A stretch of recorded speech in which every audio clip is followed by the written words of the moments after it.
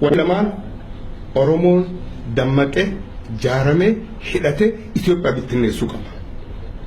Itoophiyaa bittinnooftu qofatti Oromoo nagaa kennuu danda'a.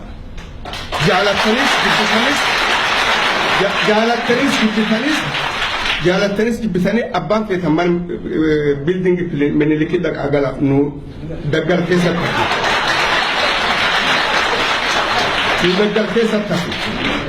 Manif daggal keessatti hafna haqilmaan Oromoo du'uu hin hafin.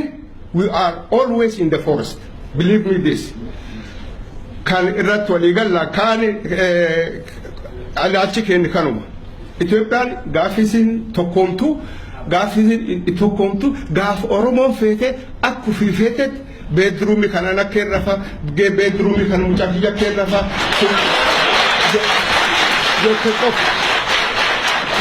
yoo sabii Oromoo akku fi fedhutu kajaarratu taate saba Oromootiif fedha.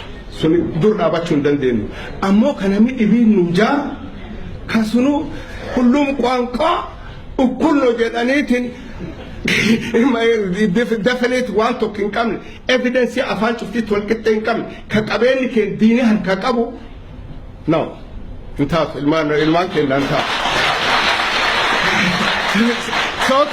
Soo kanaaf obboleettiyya hawwantiyya nu wanni nu qabsoofnuufi ka dhalatee laf jiruuf hatin ta'in ka gudeedi keenya keessa jiru ka gara haadhaa keessa jiruuf qabsaa'uuf jirra.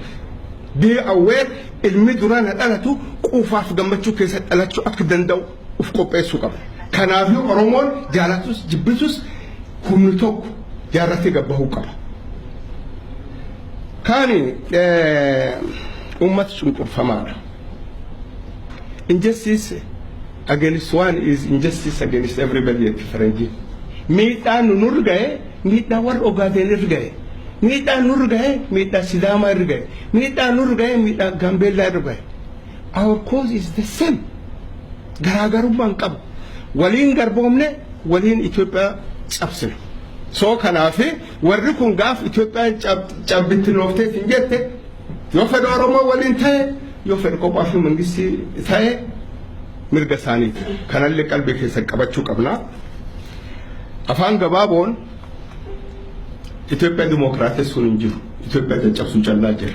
Horaa bulaa ilma argata.